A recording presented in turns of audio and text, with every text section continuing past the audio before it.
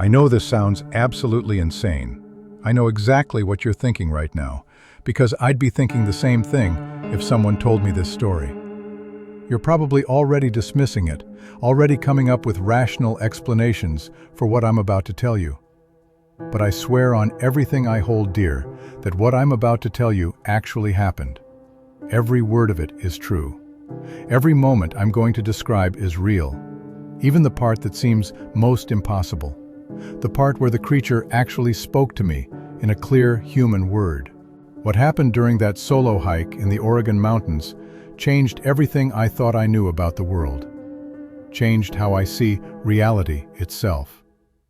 It was early September when I decided to hike the old Cascade Ridge Trail, a route that had been officially closed for years due to landslides and lack of maintenance.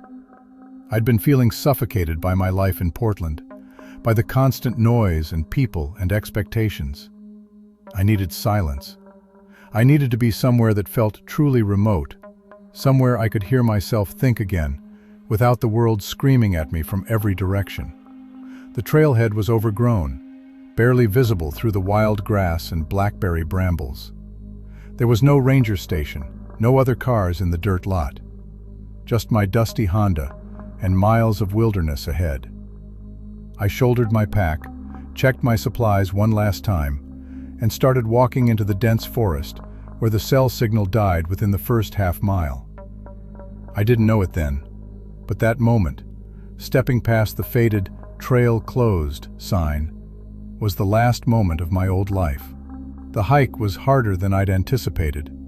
The trail kept disappearing beneath fallen logs and washouts, forcing me to navigate by instinct and my compass. By late afternoon, my legs were screaming, and I was starting to question my judgment. But there was something about the silence that kept pulling me deeper. Not the absence of sound, exactly. The forest was alive with birds and wind and rustling leaves. But the absence of human noise. No engines, no voices, no electronic hum. Just me and the mountain. I made camp that evening in a small clearing beside a creek, the kind of spot that felt untouched by civilization. The water ran clear and cold over smooth stones. Tall pines surrounded me like cathedral walls. I set up my tent, filtered some water, ate a cold dinner of trail mix and jerky.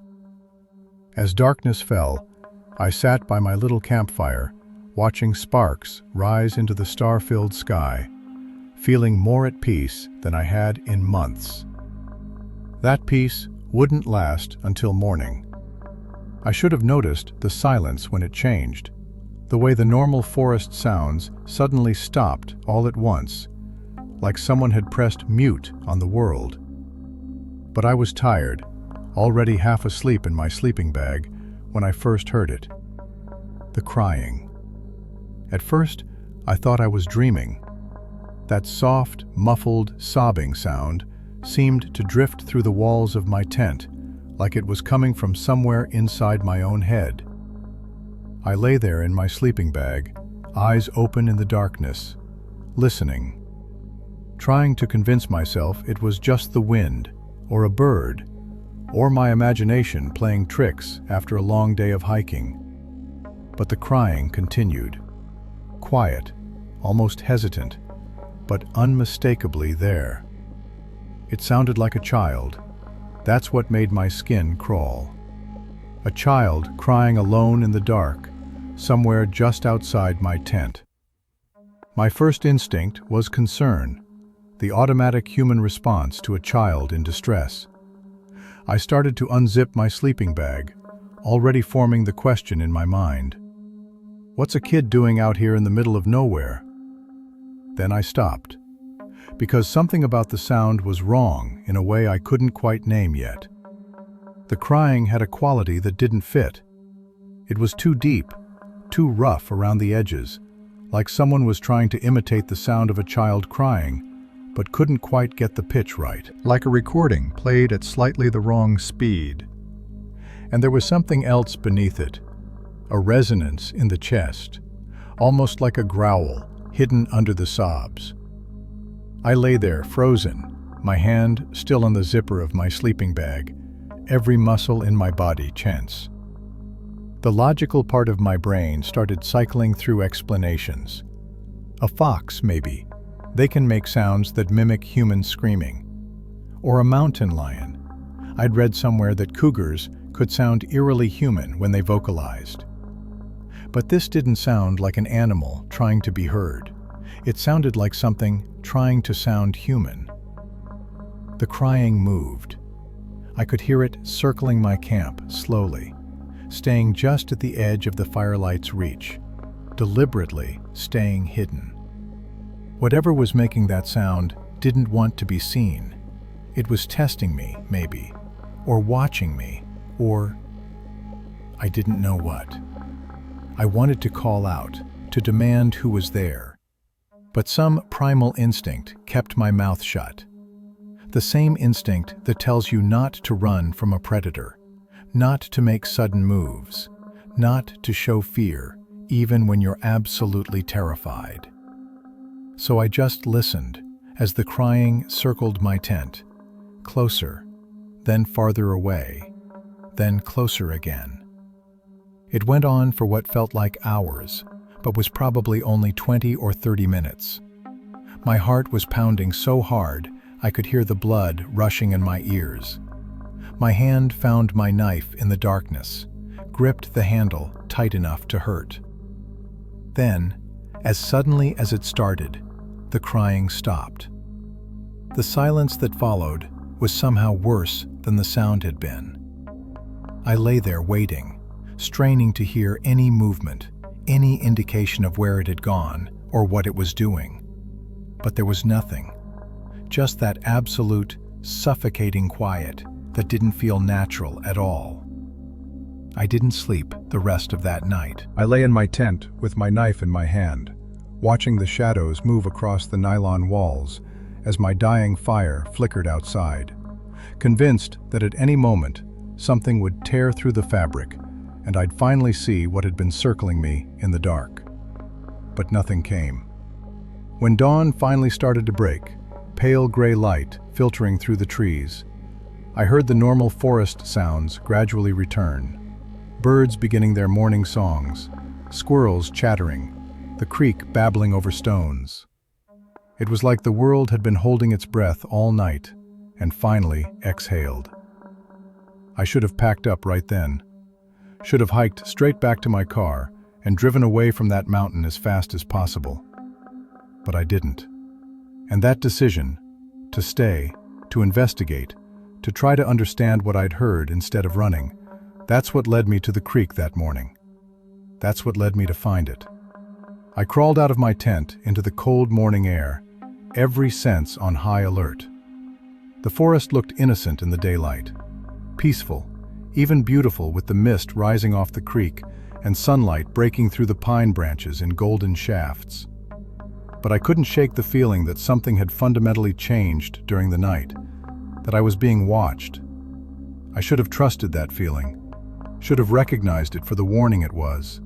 Instead, I convinced myself I was being paranoid, told myself that fear always feels silly in the morning light, that whatever I'd heard was probably just wildlife, that I was letting my imagination run wild after too many horror movies and not enough sleep. I made coffee on my camp stove, hands still a little shaky, trying to restore some sense of normalcy to the morning. The hot liquid helped calm my nerves. I ate a granola bar, packed up my tent, tried to decide whether to push deeper into the mountains or head back to civilization. That's when I noticed the tracks. They were near the edge of my campsite, pressed into the soft dirt near where the crying had circled the night before. I set down my coffee and walked over slowly, crouching down to get a better look. They weren't bear tracks, weren't deer or elk or anything else I recognized from my wilderness training. They were small, maybe the size of a child's footprint, but shaped wrong. Too wide at the ball of the foot, the toe impressions too long and spread out. And there were only 2 feet, not 4. Whatever had made these tracks walked upright. I should have been terrified. Instead, I felt this strange pull of curiosity, stronger than the fear. What could make tracks like these? What had been crying outside my tent? I followed them. The tracks led away from my camp, down toward the creek where the ground was softer and the impressions clearer. They moved in an erratic pattern, not the confident stride of a predator, but something more uncertain, almost stumbling, like whatever made them was lost, or confused, or injured. The tracks led me along the creek bank for maybe a quarter-mile, winding between mossy rocks and fallen logs. I moved quietly, some instinct telling me not to announce my presence. The morning mist was still thick down in the ravine, clinging to the water, making everything look dreamlike and unreal. Then I saw it. At first, my brain couldn't process what I was looking at. It was crouched by the water's edge, small and hunched over, covered in dark, matted fur. My first thought was bear cub, but the proportions were all wrong. It was too upright, too human-shaped. Maybe 3 feet tall, with impossibly long arms wrapped around its body like it was trying to make itself smaller. I froze mid-step, barely breathing. The creature was drinking from the creek, cupping water in its hands, not paws, and bringing it to its mouth. In profile, I could see the shape of its head, domed and large for its body, with a pronounced brow, and then it turned slightly and I saw its eyes. Oh God, those eyes. They were huge and dark, like black pools that took up half its face. Intelligent eyes, aware eyes. Not the blank stare of an animal, but something that looked back at you and understood what it was seeing.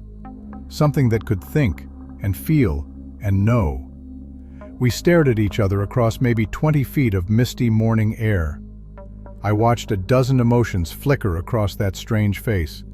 Surprise, fear, uncertainty. The same emotions I was feeling reflected back at me from something that absolutely should not exist.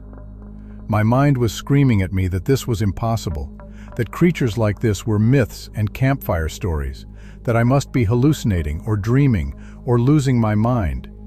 But it was real.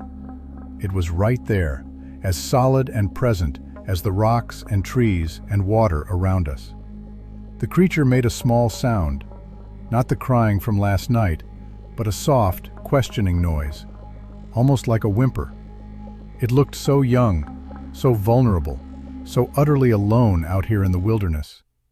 Every instinct I had was screaming conflicting messages.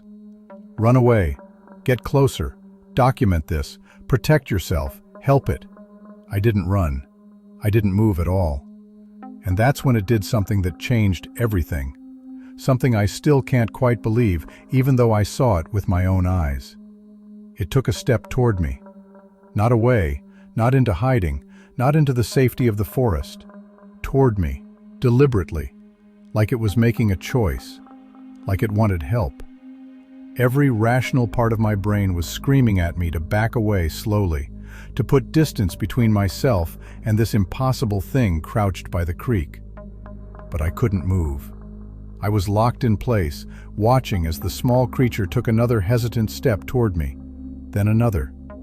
It moved like a toddler learning to walk, unsteady, careful, testing each step before committing its weight. But there was intelligence in how it moved, a deliberate quality that went beyond animal instinct. I realized my hand was trembling, not from fear exactly, but from the sheer cognitive dissonance of what I was witnessing. My understanding of reality was fracturing with each step the creature took. It stopped about 10 feet away, close enough that I could see the details I'd missed from farther back. The fur covering its body was matted and dirty, with bits of leaves and twigs caught in it. There were scratches on its arms, fresh ones that looked painful. Its breathing was quick and shallow, the way a frightened child breathes. And it was staring at my backpack. I followed its gaze and understood. My pack was sitting on the ground beside me, where I'd set it down. The outside pocket was partially unzipped, and my water bottle was visible, along with a granola bar wrapper from breakfast. The creature made that soft, questioning sound again, and this time I heard something unmistakable in it. Hunger, desperation. How long had it been out here alone? How long since it had eaten or drunk clean water? I didn't think. I just acted on instinct, the same instinct that makes you feed a stray dog or offer water to someone who's thirsty. I slowly reached into my pack's side pocket and pulled out my water bottle. The creature's eyes tracked the movement with intense focus. "It's okay," I heard myself whisper. The words felt absurd even as I spoke them. What was I doing, talking to it like it could understand? "I'm not going to hurt you." I set the water bottle on the ground between us and took a step back. The creature looked at the bottle, then at me, then back at the bottle. There was calculation in that look, a weighing of risk versus need. Then, moving faster than I expected, it darted forward, snatched the bottle, and retreated several feet. But it didn't run away. It stayed there, fumbling with the bottle cap with those two long fingers that seemed almost human, but not quite.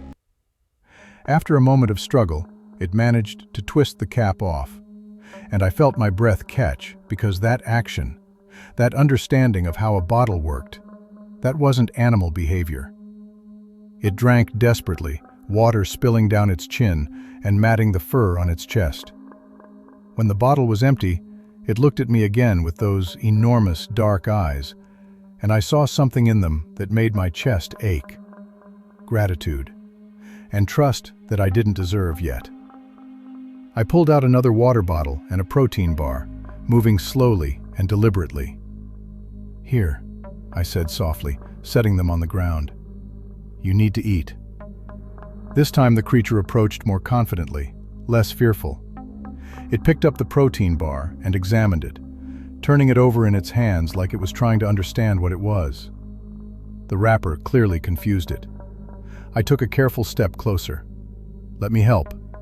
I don't know what possessed me to say that, to close the distance between us. But the creature didn't flee. It watched as I slowly knelt down, as I reached out and carefully took the protein bar from its hands. Those hands were warm, I noticed. Covered in fine dark hair, but warm and very much alive. I unwrapped the bar and handed it back. The creature took it hesitantly, sniffed it, then took a small bite, then another. Then it was eating ravenously, making small sounds of satisfaction that were heartbreakingly familiar. Every child sounds like that when they're hungry and finally getting fed. I sat down on the ground, trying to make myself less threatening. The creature sat too, a few feet away, eating and drinking, and occasionally glancing at me like it was still deciding whether to trust this strange encounter. We stayed like that for what might have been 10 minutes, or might have been an hour. Time felt strange and elastic. I watched this impossible being exist in front of me, watched it eat and drink, and gradually relax in my presence. At some point, I realized I was crying, not from fear, but from the overwhelming weight of what I was experiencing. The loneliness I'd been running from in Portland suddenly felt trivial compared to the loneliness this small creature must have felt, lost in these mountains without whatever family it had. "Where did you come from?" I whispered, not expecting an answer. The creature looked up at me, protein bar crumbs on its face. And then it did something that stopped my heart. It reached out and touched my boot with one small hand. Not grabbing, not threatening, just touching, like it was testing whether I was real, whether I would stay. Then it touched my backpack, patting it gently, and made a soft sound that wasn't quite words, but felt like a question. It was asking for help. I was certain of it. And God help me, I wanted to give it. I don't know how long we sat there together by the creek. Time seemed to lose meaning in those moments, like the normal rules of the world had been suspended. I gave the creature more food and water, watching as it ate with a desperation that made my heart ache.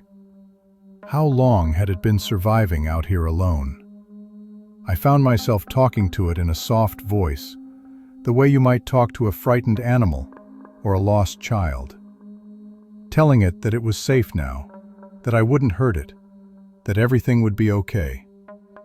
Meaningless reassurances that I had no business making, but I couldn't seem to stop myself. The creature seemed to respond to the tone of my voice, even if it didn't understand the words. It relaxed incrementally, its breathing slowing, the tension leaving its small shoulders. At one point, it moved closer, close enough that I could have reached out and touched it. I didn't. Something told me to let it control the distance between us, to let it decide how much trust to offer. I was reaching into my pack for another energy bar when the creature suddenly tensed. Its head snapped up, those dark eyes going wide, focused on something behind me. I started to turn, but before I could, the creature made a sound I hadn't heard yet, a sharp, frightened chirp that sent ice down my spine. Then it spoke.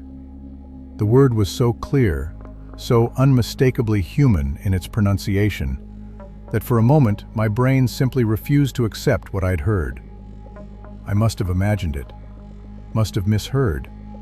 Because creatures like this, cryptids, legends, whatever this was, they didn't speak. They couldn't speak. But it said it again, pointing at my hand, at the energy bar I was holding. Food.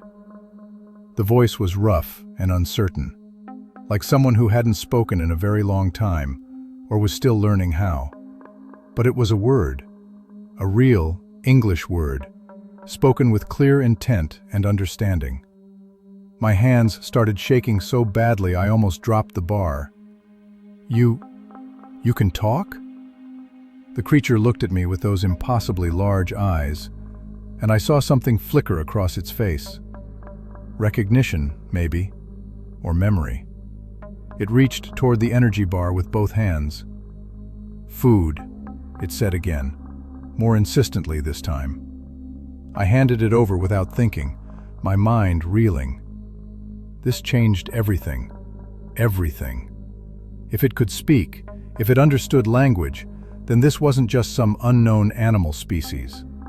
This was something intelligent, something capable of communication and learning and thought. Something that had probably learned that word from humans before, which meant it had encountered people before, been close enough to hear them speak, to learn. The implications crashed over me like a wave. Where had it learned English?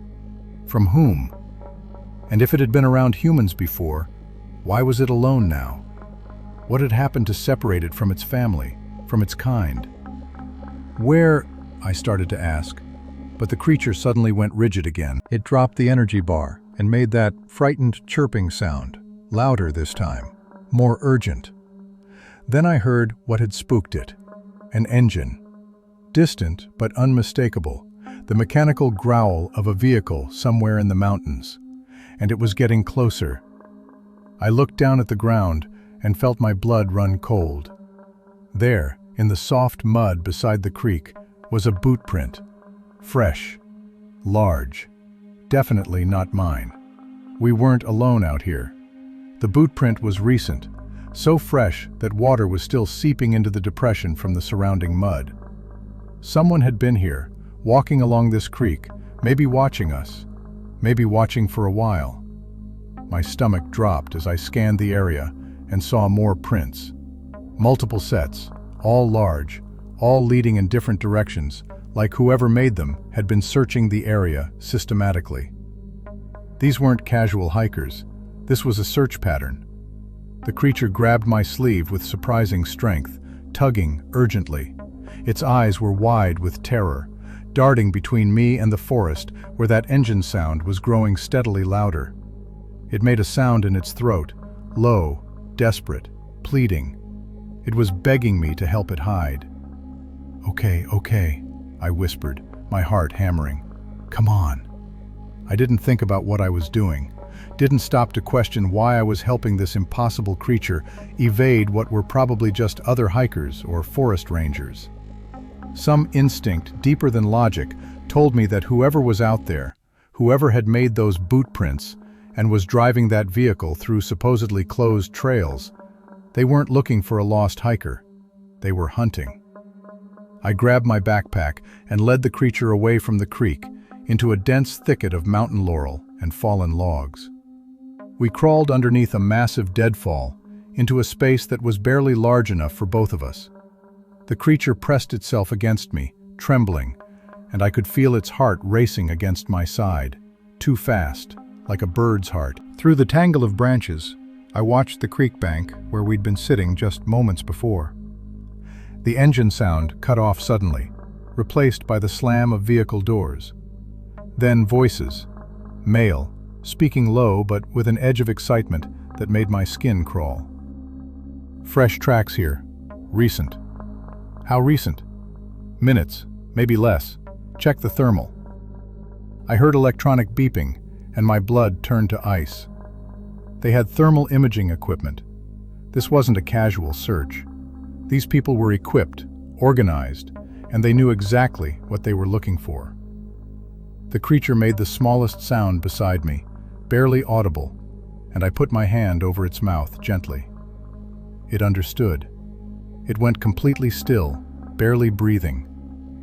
Through the branches, I saw them emerge from the tree line.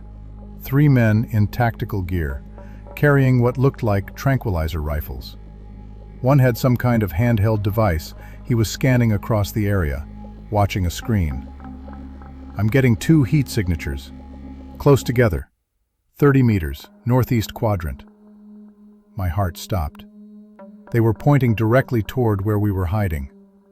Could be the juvenile with a deer or something, another man said, but he didn't sound convinced. Or it found someone, a hiker maybe. We need to move fast before... The creature suddenly tensed against me in a way that felt different from fear. Its head tilted, listening to something I couldn't hear yet. Then it began to make a sound I'd never heard before, a low, rhythmic call that came from deep in its chest. Not loud, but somehow carrying, resonating through the forest in a way that made the air itself seem to vibrate. It was calling for help, and something answered. The sound that came back from somewhere deeper in the mountains was massive, powerful enough that I felt it in my bones. It wasn't quite a roar, wasn't quite a scream, but something between. A call that spoke of size and strength and fury. The men with the thermal equipment froze. Holy shit, one of them breathed. The adult, it's coming. How far? I don't know. The signal's massive, it's... Whatever he was about to say was cut off by another call, closer this time. Much closer. Close enough that birds exploded from the trees in panicked flight. The men looked at each other, and I saw real fear in their faces. We need to go. Now. But the juvenile. Now! They ran. Actually ran back toward their vehicle, tactical gear and weapons forgotten in their panic. I heard the engine roar to life, heard tires spinning on dirt, heard them flee down the mountain road like something was chasing them. Maybe something was. The forest fell silent after the men's vehicle faded into the distance. Not the peaceful silence of nature, but the heavy, waiting silence of a predator nearby. Every bird had stopped singing, every insect had gone quiet. Even the creek seemed to be holding its breath. The small creature beside me had stopped trembling. It was perfectly still now, listening with an intensity that made me afraid to move. Then it crawled out from under the deadfall, standing in the clearing, and made that deep calling sound again. "Wait," I whispered, reaching for it. "Don't." But it ignored me, calling out into the forest with increasing urgency, calling for whoever, whatever, had answered before. I should have run. Should have grabbed my pack and headed back to my car as fast as my legs could carry me. Those men had called it the adult, had fled in terror at the sound of its approach. Every survival instinct I possessed was screaming at me to get away before it arrived. But I couldn't leave the small creature standing there alone and exposed. Couldn't abandon it after it had trusted me enough to let me help. So I stood up and moved closer, positioning myself between it and the forest. Like I could actually protect this being from whatever was coming. Like my presence would make any difference at all. The fog was rolling in thicker now, turning the trees into dark shadows and making it impossible to see more than 20 or 30 feet in any direction. The temperature seemed to drop, or maybe that was just the fear making me cold. Then I heard it. Footsteps. Heavy, deliberate, getting closer with each second. Not the frantic crashing of something running, but the measured approach of something that didn't need to hurry because nothing in these mountains could threaten it. The small creature made an excited sound. Not fear, but recognition. Relief. It started moving toward the sound. No, wait. I grabbed for it but missed. And then the adult stepped out of the fog. I want to say I stayed calm, that I kept my composure, but that would be a lie. My legs nearly gave out. My vision actually tunneled for a moment as my brain tried to process what it was seeing. It was massive. Easily 8 feet tall, maybe more, with shoulders broader than any humans could possibly be. Covered in dark, reddish-brown fur that looked coarse and thick.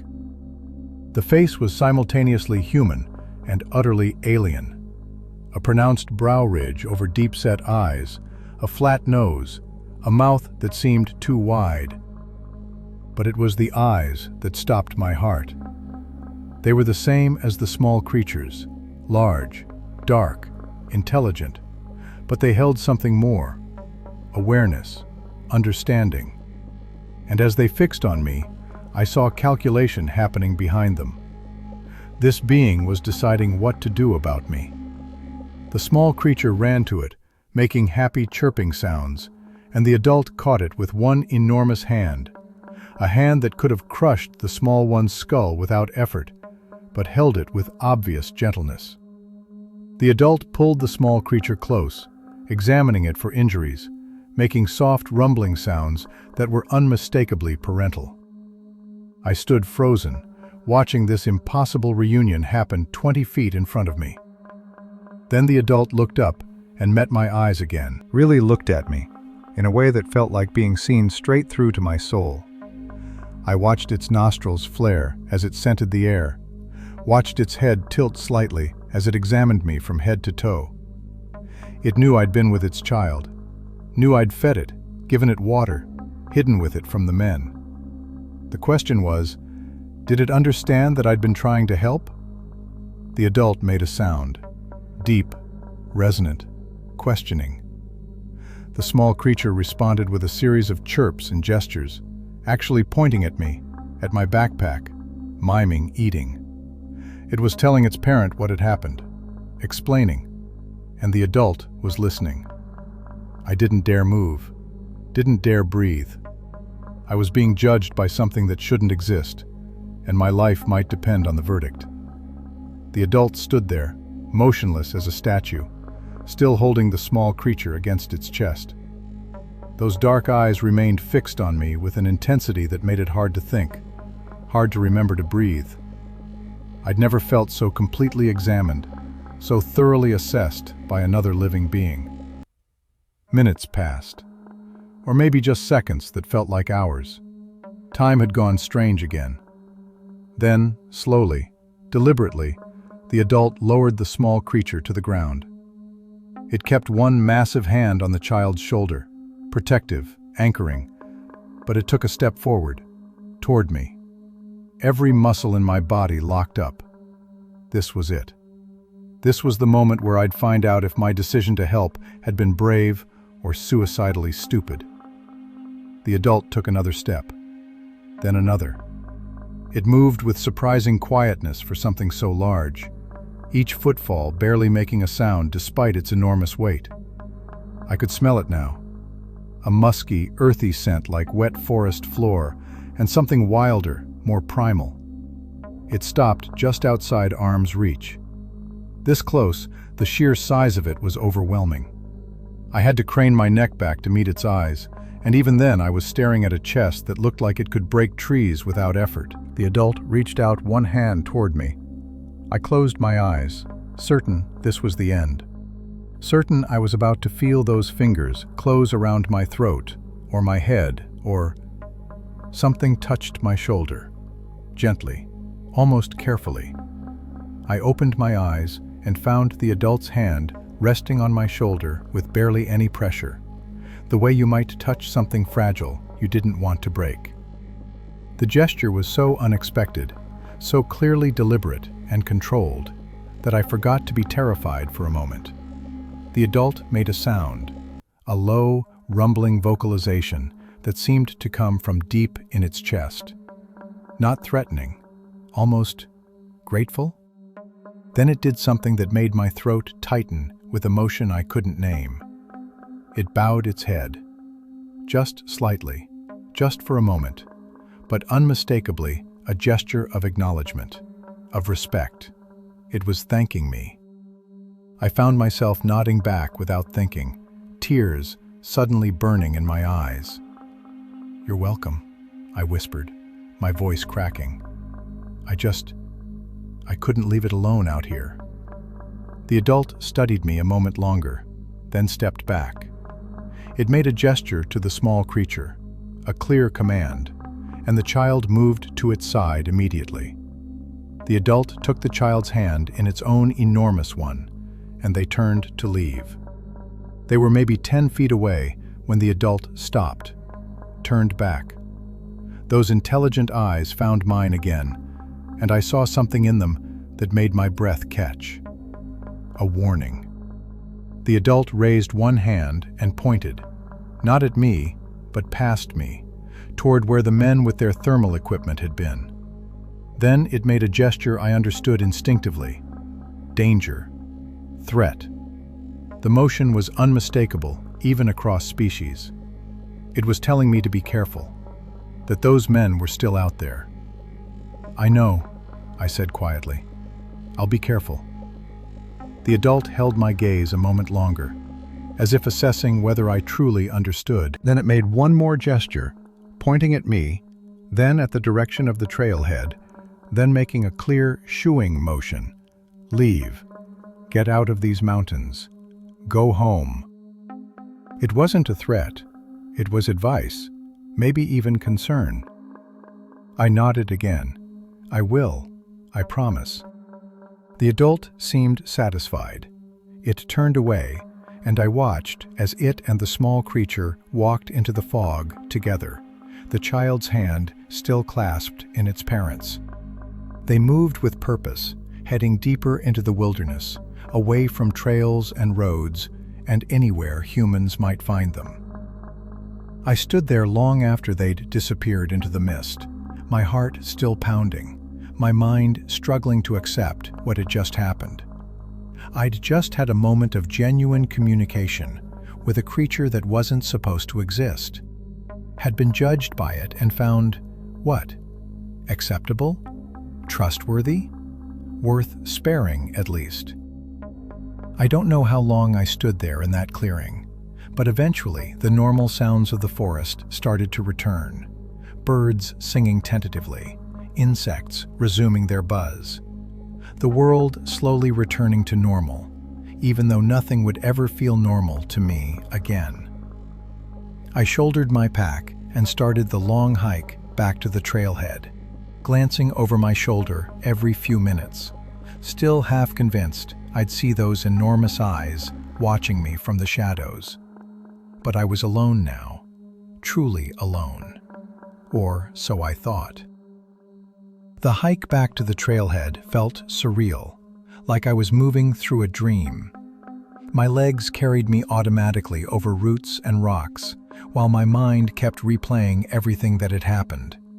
The crying in the night, the small creature by the creek, that single word it had spoken, food, in a voice that shouldn't exist. the adult's hand on my shoulder, that gesture of gratitude and warning. I kept expecting to wake up in my tent and discover the whole thing had been a vivid hallucination brought on by exhaustion and isolation. But the protein bar wrappers in my pack were real. The mud on my boots was real. The way my hands still shook slightly, that was real too. The sun was starting to set by the time I got close to where I'd made camp the night before. I'd planned to just grab my tent and get out as quickly as possible, take the adult's advice, and leave these mountains. But something made me slow down as I approached the clearing. Something felt different. The campsite looked exactly as I'd left it that morning. Tent still packed away in its stuff sack, sleeping bag rolled up, the cold remains of my morning coffee sitting in my camp cup. But there was a quality to the air, a sense of recent presence that made the hair on my neck stand up. Someone had been here, recently. I approached my tent slowly, every sense alert. No sounds except wind in the trees and the distant creek. No movement except branches swaying.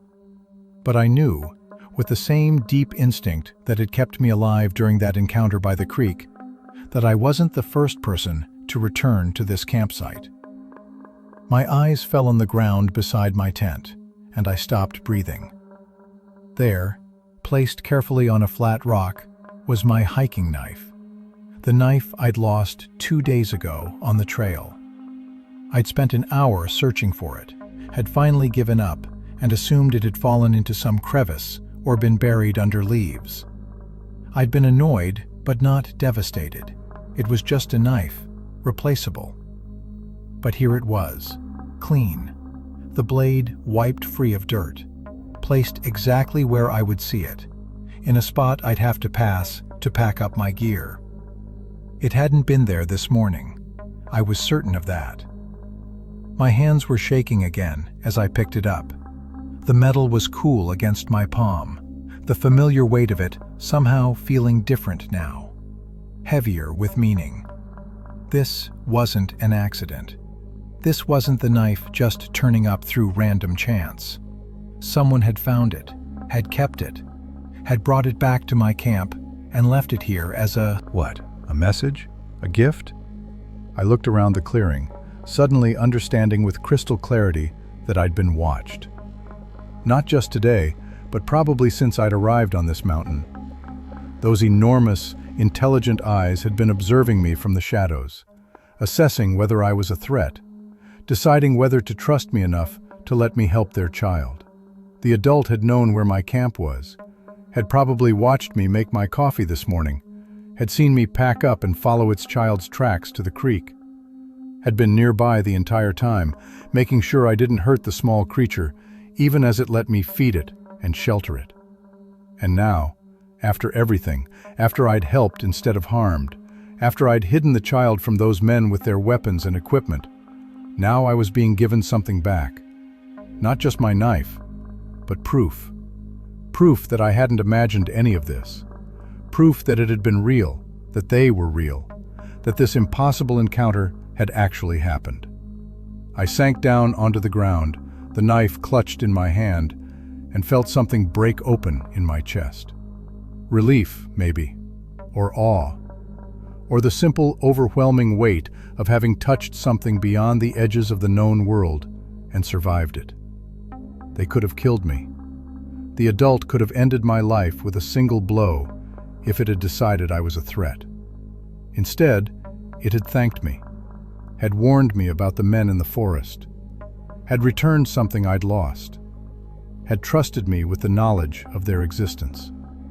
I sat there in the fading light, turning the knife over in my hands, understanding that I'd been given a gift far more valuable than just a returned possession.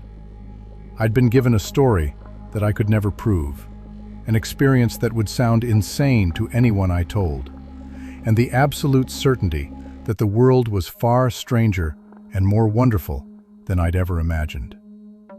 Eventually, as full darkness began to fall, I stood up and finished packing my gear. I took one last look around the clearing, at the trees, where something had watched me from the shadows, at the forest that held secrets I'd only glimpsed. "Thank you," I said quietly to the darkness. Not sure if anything was listening, but needing to say it anyway. "Thank you for trusting me, for showing me. I won't tell anyone where you are. I promise." The forest offered no response except wind in the pines. But somehow, I felt like I'd been heard. I shouldered my pack and started the final trek back to the trailhead, the knife secure in my pocket, my mind already wondering if I could ever find the words to explain what had happened in these mountains. Wondering if I should even try. I reached my car just as the last light was draining from the sky. The parking lot looked exactly the same as when I'd left it 3 days ago. The same dusty Honda, the same overgrown trailhead, the same faded "trail closed" sign. But I was different. Fundamentally, irreversibly changed. I threw my pack in the trunk and just sat in the driver's seat for a long time, staring at the dark line of trees, the knife resting on my palm. Solid. Real. Proof that I hadn't lost my mind, even though everything that happened should have been impossible. The drive back to Portland took 4 hours, and I spent most of it in silence, the radio off, just processing. Trying to figure out what I was supposed to do with this experience, with this knowledge. Those men in tactical gear were still out there, still hunting. The adult had warned me about them for a reason. They were organized, equipped, and clearly they'd been tracking the small creature for a while. How long had that child been separated from its parent? How had it gotten lost in the first place? And more importantly, how many other people were out there looking for creatures like this? How many close calls had there been? How long before someone with a tranquilizer rifle and thermal equipment got lucky? The thought made me sick. By the time I got back to my apartment, it was past midnight. I should have been exhausted, but I was too wired to sleep. I sat at my kitchen table, the knife in front of me, and tried to write down everything that had happened while the details were still fresh. But words felt inadequate. How do you describe the intelligence in those eyes? The gentleness in that massive hand as it touched my shoulder? The sound of that deep, resonant call echoing through the mountains? How do you make someone understand that you met something that rewrote your understanding of reality? I tried anyway. Wrote for hours, filling page after page with details, trying to capture not just what happened, but what it felt like. The fear and wonder and overwhelming sense of having brushed against something ancient and sacred. When I finally stopped, dawn was breaking outside my window. I had maybe 20 pages of handwritten notes, and they still didn't feel like enough. That was 3 weeks ago. I haven't been back to those mountains. Part of me wants to hike that trail again, wants to see if I can find any trace of them, wants proof that it wasn't all some elaborate stress-induced hallucination. But a bigger part of me knows I shouldn't. The adult gave me clear advice. Leave. Get out. Don't come back.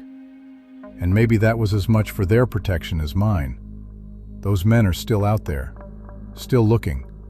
And the last thing I want is to lead anyone back to that family, to put them in danger because I couldn't let go of an experience I was lucky to have in the first place.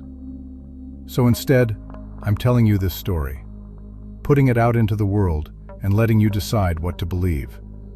I know most of you will think I'm lying, making it up for attention, or embellishing a story about seeing a bear. I know some of you will come up with rational explanations, hallucination, sleep deprivation, some kind of elaborate hoax. And honestly, I don't blame you. I'd probably think the same thing if someone told me this story 3 weeks ago. But if you've made it this far, if something about this story resonates with you, do me a favor. Hit that subscribe button.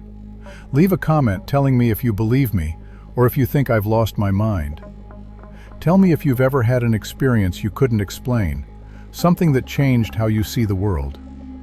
Because here's what I've realized in the past 3 weeks. The world is so much stranger than we're willing to admit.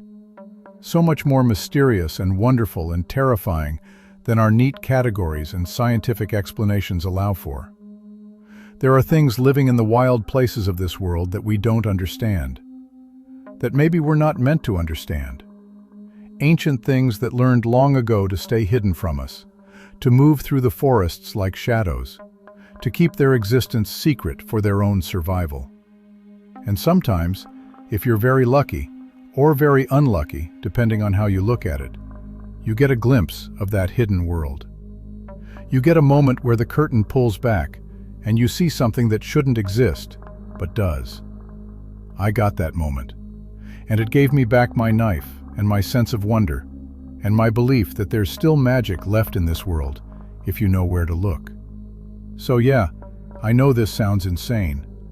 I know you're probably thinking I've lost it, that I need therapy or medication, or both. But I also know what I saw, what I touched, what touched me back. And every night when I go to sleep, I remember those eyes, both the small creatures and the adults, looking at me with intelligence and trust, and something that felt almost like hope. Hope that maybe, just maybe, not all humans are threats. That some of us can still recognize the sacred when we encounter it. That some of us can still keep a secret. I keep the knife in my nightstand now. Some nights I take it out and hold it, running my thumb over the blade, remembering the weight of that massive hand on my shoulder. The way the small creature said, "food," in that rough, learning voice. The adult's gesture of thanks and warning. And I wonder if they're still out there in those mountains, still watching the trails for men with thermal equipment, still teaching their child to be careful around humans, to stay hidden, to survive. I hope they are. I hope they're safe. I hope that family found each other again and stayed together and moved deeper into the wilderness where no one will ever find them. And I hope that maybe, somewhere, in whatever way they think about their world, they remember the human who fed their child and didn't try to capture it, who hid with it from the hunters, who kept their secret. Because I'll keep it for the rest of my life. I'll carry this story and never reveal exactly which mountain, which trail, which creek. I'll protect them the way they could have crushed me, but chose not to. That's the real gift, I think. Not the returned knife, but the trust. The moment of connection across impossible boundaries. The understanding that we shared that clearing for a few hours, and both chose kindness over fear. So, if you're still with me, if you read this whole thing, thank you. Drop a comment and let me know what you think. Have you ever had an encounter you couldn't explain? Do you believe there are things out there science hasn't cataloged yet? And if you're ever hiking alone in the mountains and you hear crying that sounds almost like a child, but not quite, maybe don't run. Maybe don't pull out your camera. Maybe just be still and be kind and see what happens. The world might surprise you. It certainly surprised me.